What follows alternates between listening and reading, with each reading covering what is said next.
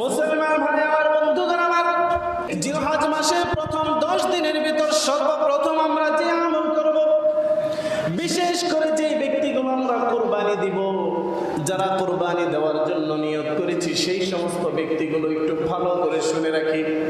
জিলহজ মাসের 10 দিন শুরু হয়ে যাওয়ার আগে আমি একটি কাজ করে নিব।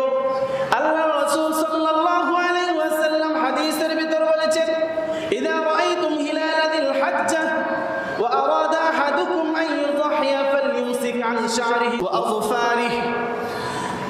আল্লাহ রাসূল সাল্লাল্লাহু আলাইহি ওয়াসাল্লাম হাদিসের মধ্যে জানিয়ে দিয়েছেন, যখন কিনা জিলহজ মাসের চাঁদ উদিত হয়ে যাবে, জিলহজ মাসের চাঁদ উদিত হয়ে যাওয়ার পর তোমরা তোমাদের শরীর থেকে নখ এবং শরীরের পশম, অবাঞ্ছিত লোম চুল তোমরা কাটাকাটি করবে না।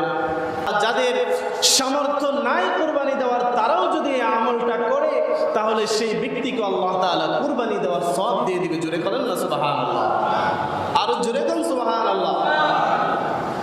এই জন্য জিলহজ মাসের সর্বপ্রথম আমরা যে আমল খুঁজে পাই তা হচ্ছে, জিলহজ মাস শুরু হয়ে যাওয়ার সাথে সাথে আমরা আমাদের চুল, দাড়ি, নখ, আমাদের শরীরের অবাঞ্ছিত লোম কোনোটাই আমরা কাটবো না।